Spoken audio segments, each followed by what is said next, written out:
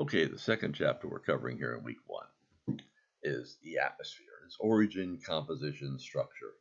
So we're broad brushing the whole atmosphere and getting a look at just how it developed, what its composition is now, and what its structure is. So with that,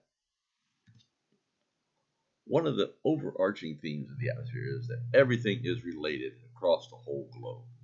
So with that, let's take a look at the African origins of windborne dust in the Americas. This year we've talked on the news several times about the Saharan air layer. What is it? It comes all the way from Africa, and you can kind of see it here in this picture. It forms over the Saharan desert and moves east from there, moves west from there, so it gradually covers parts of the southern U.S. usually. It may even get pulled into the central and northern U.S., depending on the flow. But it's basically just a lot of dust that developed from thunderstorms over the Saharas, and these had strong winds with them. They blew the dust up into dust storms, and then this dust gets picked up in the atmosphere and pulled all the way from there to the U.S. So, as you can see, what happens in one part of the globe impacts another part. And that is really what's interesting about weather, is things that may be going on out in the Pacific now might be what impacts our weather in the next 2-4 days or whatever. Sometimes hurricanes develop in the southern Atlantic. They might be what impact our weather in a week. So it's interesting to look at how all these systems interplay. So weather can go from being very nice, wonderfully calm conditions to just ridiculous very quickly. The atmosphere is basically a thin layer of gases, and it's really relatively thin. Think about it. 99% of the mass of the atmosphere is below 32 kilometers or 20 miles. If you drove down the road 20 miles from your house, how far would you go? That's not really a long trip. Heck, people run marathons that are over that far. And so the atmosphere in the vertical is really not that thick. So that's something to think about, this is just a very thin layer of air over us, and yet it really messes with us sometimes. The homosphere, or what's called the modern phase of the atmosphere, the lowest part of the atmosphere, is basically made up of mostly nitrogen and oxygen. Almost the entire composition of it is that. However, some other gases play some key roles. Argon, for example, carbon dioxide, which has been going upwards continually for the last 30 to 50 years now. So oxygen, we need it to live with. Carbon dioxide actually helps the plants grow and makes more oxygen for us. Nitrogen, all over the place out there. There's also aerosols. We just saw the dust cloud. And these aerosols could be erosion of soil. Take a forest fire. How about an ocean spray? If you're by the ocean, at least when I park near an ocean or whatever, I get ocean spray on my car. It kind of makes it look yucky at times. So all these are things that are lifted into the atmosphere. Water vapor. But at any time, it's always less than 4% of the lowest 1 kilometer of the atmosphere, which isn't a whole lot, you think about it. But look at all the clouds it makes and how it impacts everything. So it is going to be something we talk about tremendously throughout the course. Carbon dioxide has a big impact on absorbing radiation. We're going to learn about that in next week. Pollution. It only occurs when more of an aerosol or gas begins to threaten a living organism. So it used to be really bad with some smog. I can remember growing up, not just Los Angeles, but New York City and Pittsburgh, you couldn't see really far because of the smog every day from the pollution coming out of the factories. Cleaned up tremendously. We've gotten much better at taking care of the planet. The scientific method is really something. Uh, Let me give you an example. So, if I am a meteorologist and I want to know why some squall lines that come out of Ohio kind of dissipate when they move across the mountains into Virginia.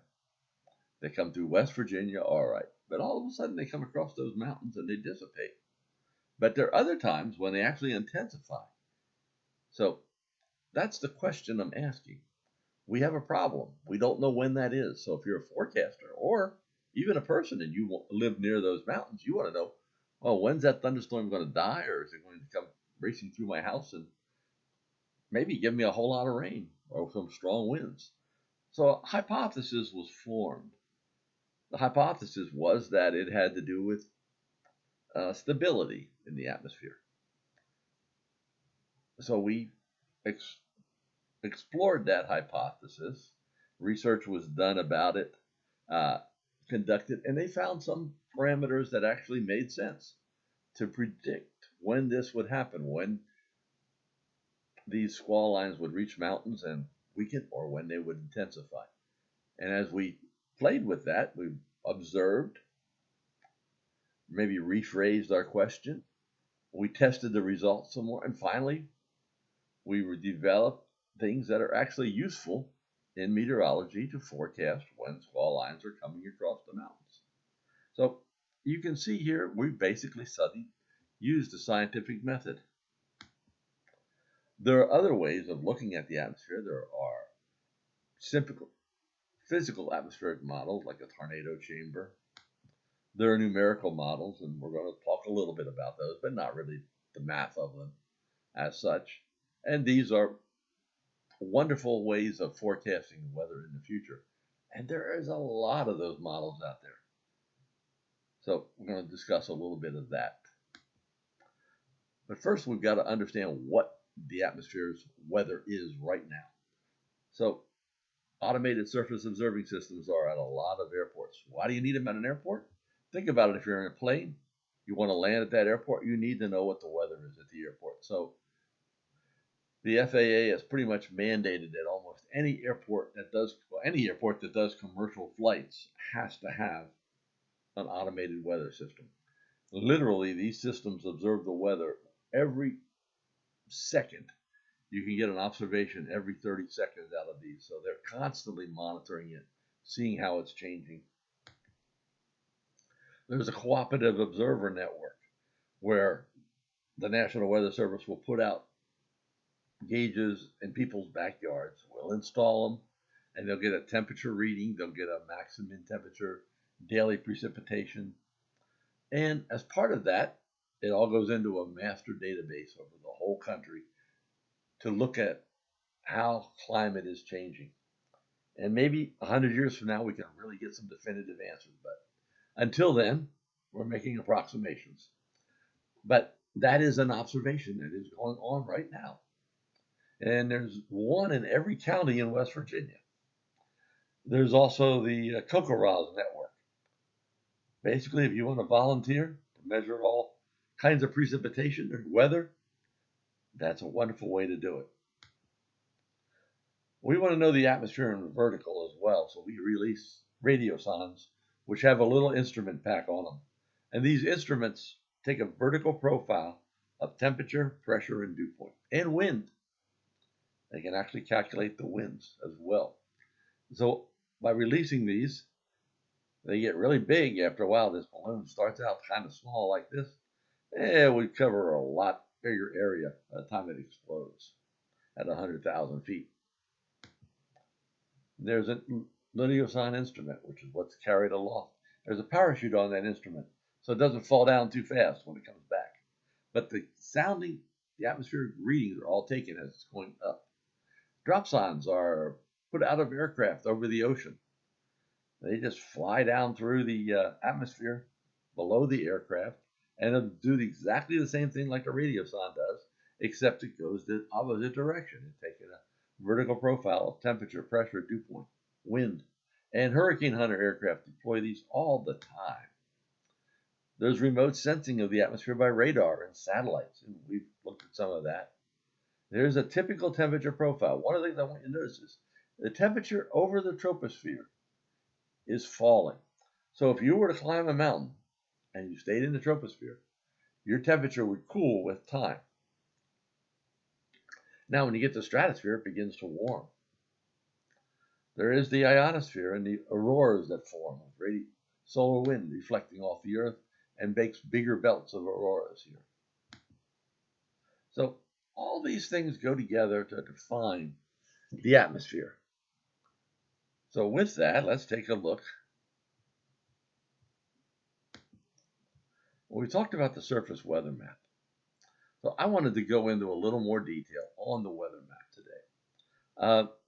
This time, here is a weather map that was drawn for 9Z. So we know there's a 4-hour time difference because it's Eastern Daylight Time right now. So that was drawn at 5 a.m. in the morning here. So it could have changed by now because it's several hours later, but this is when it was out. Say I want to look in detail at this weather map. Well, you can get an interactive version of it here as well. Zoom in to wherever you want to go. And I'm interested in West Virginia, so we'll zoom on down here a little bit. And you get an idea, there's several weather stations here. But I want to know